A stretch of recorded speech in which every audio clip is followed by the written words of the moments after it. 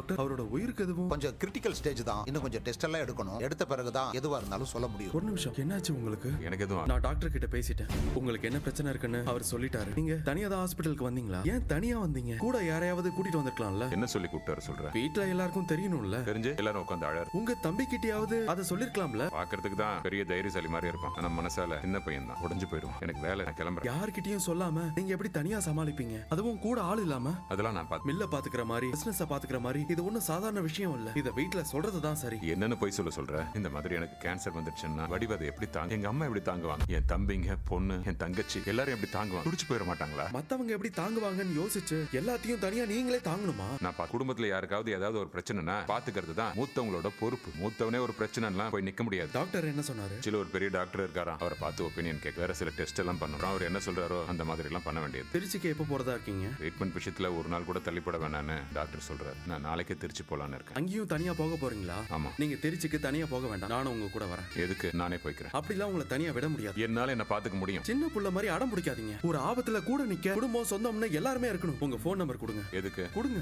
அது என்னோட நம்பர் தான், சேவ் பண்ணிக்கோங்க. நான் நைட்டு போன் பண்ணி உங்களுக்கு என்ன பிளான் நானே சொல்றேன். டாக்டர் கிட்டயும் பேசி நானே அப்பாயின்மெண்ட் வாங்கிக்கிறேன். நம்ம ரெண்டு பேரும் ஒண்ணா திருச்சிக்கு போயிட்டு வந்துடலாம். உனக்கு எதுக்கு சிரமம்? இதுல எனக்கு எந்த சிரமமும் இல்ல. நீங்க முதல்ல காஃபியை குடிங்க. எனக்கு உடம்பு சரியில்லாத விஷயம் எங்க வீட்லயும் சரி உங்க வீட்லயும் சரி யாருக்கும் தெரிய வேணாம். ஏன்? வீட்டாளுங்க முகத்துல சந்தோஷத்தை பார்க்க தானே இம்பூர் நல்லா மெனக்கெட்டு இருக்கேன். அங்க யாரும் வருத்தப்பட்டு நிக்கிறத, அதுவும் எனக்காக அழுது புலம்புறத என்னால பார்க்க முடியாது. தயவு செஞ்சு உனக்கு தெரிஞ்ச விஷயத்த யாருக்கும் சொல்ல வேணாம். எனக்காக இந்த ஒரு உதவியை மட்டும் பண்ணு. சரி, நான் சொல்லல. இந்த விஷயம் நம்ம ரெண்டு பேருக்குள்ள மட்டும் தான் இருக்கும். ஏப்பா சரவணா, ரோடுனா 4 ஆட்கள் அந்த பக்கம் இந்த பக்கம் போக தான் செய்வாங்க.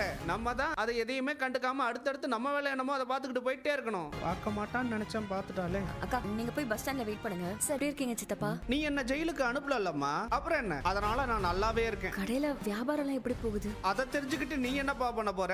இல்ல, சும்மாதான் சித்தப்பா கேட்டேன். சரி, நான் வரேன். பாத்தியா மாமா, ஏதோ ரொம்ப நல்ல மாதிரி உங்ககிட்ட வந்து நல்லா விசாரிச்சுட்டு போறா. இங்க ஒருத்தர் நிக்கிறதே அவ கண்ணுக்கு தெரியல. எப்படி தெரியும்? குற்ற உணர்ச்சி கொஞ்சமாவது இருக்கும்ல மாமா. அவ கேடி மாமா, பெரிய கேடி. அவ சமீபத்துல ஒரு விஷயம் பண்ணா, அது கூட நான் உங்ககிட்ட சொல்லல. அன்னைக்கு ஒரு நாள் மீனா கிட்ட சொல்லி அந்த கோயிலுக்கு வர வச்சா மாமா. மாமா, அவ பிரெக்னண்டா இருக்கலாம்.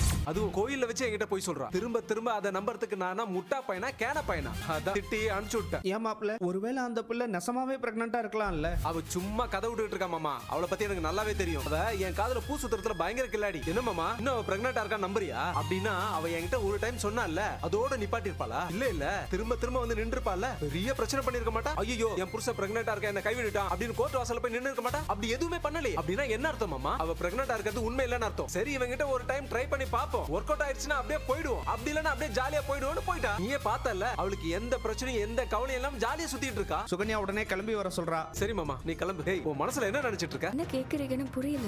உனக்கு என்னதான் புரிஞ்சிருக்கு? அன்னைக்கு என்னென்னமோ சொன்னீங்க, குற்ற உணர்ச்சியில குமரிட்டு இருக்கானே. இதான் குமர லட்சணமா? பண்றதெல்லாம் பண்ணிட்டு நீ ஜாலியா தான் இருக்க. எல்லார்கிட்டயும் பேசிட்டு சிரிச்சிட்டு சந்தோஷமா தான் இருக்க. நான் தான் சந்தோஷத்தை தொலைச்சிட்டு நின்னுட்டு இருக்கேன். என்னென்ன பண்ணிட்ட நீ? எப்படி எல்லாமோ இருந்த என் வாழ்க்கையை மொத்தமா திருப்பி போட்ட. நாளை என் சந்தோஷம் நிம்மதி எல்லாமே போச்சு. வீட்ல இருக்கவங்க கிட்ட கூட நிம்மதியா பேச முடியல. யார் மேலயும் எனக்கு நம்பிக்கையே வர மாட்டேங்குது. என் கூட பேசுறவங்க எல்லாம் உண்மை சொல்றாங்களா பொய் சொல்றாங்களா எதுவுமே தெரிய மாட்டேங்குது. அந்த அளவுக்கு என்ன ஆக்கிட்ட. எம்புட்டு பொய், ஒரு நாளைக்கு ஒரு பொய்ன்னு எல்லாம் சொல்லிட்டு சுத்திட்டு இருந்த நீ. பொய் சொன்னதோட நிப்பாட்ட நீ. கோர்ட் கேஸ் என்னைய குடும்பத்தை அலைய விட்டல. அதானே நீ சந்தோஷமா ஜாலியா தான் இருக்க. தெரிஞ்சவங்க கிட்ட, ஃப்ரெண்ட்ஸ் கிட்ட எல்லார்கிட்டயும் பார்த்து ஜாலியா பேசி சுத்திட்டு தான் இருக்க நீ. ஆனா கடைசில கோர்ட் ஹியரிங் வரும்போது நல்ல மாதிரி நடிச்சிட்டு வந்துருவல. அப்பாவி மாதிரி ஜட்ஜ் முன்னாடி வந்து நின்னுட்டு எனக்கு மாமா தான் வேணும்னு வந்து நின்றுவல. இவ்வளவு பேசறல, வாய் திறந்து ஏதாவது பேசு. இல்ல மாமா, நான் நல்லவதான் மாமா அப்படின்னு சொல்லிட்டு என் கண்ணு முன்னாடி நடிப்பியே. அதாவது பண்ணு. எதுவுமே பேசாம பொம்மை மாதிரி நின்னுட்டு இருக்க. நான் எப்படி இருந்தேன் தெரியுமா? எப்படி தான் இருக்கணும்னு ஆசைப்பட்டேன் தெரியுமா? இப்படி பைத்தியக்கார மாதிரி ரோட்ல நின்னு புலம்ப விட்ட. இங்க பாரு, என்னையும் என் குடும்பத்தையும் கஷ்டப்படுத்திட்டு நீ மட்டும் சந்தோஷமா ஜாலியா இருக்கணும்னு மட்டும் நினைக்காத. இங்க பாரு, கண்டிப்பா நீ அனுபவிப்ப. மொத்தமா அனுபவிப்ப. எல்லாத்துக்கும் சேர்த்து வச்சு அனுபவிப்ப. பாரு, பாத்துக்கிட்டே இரு. நேரம் நின்னு பேசிக்கிட்டு இருக்க, எந்த பதிலும் சொல்லாம போறல. ஹலோ,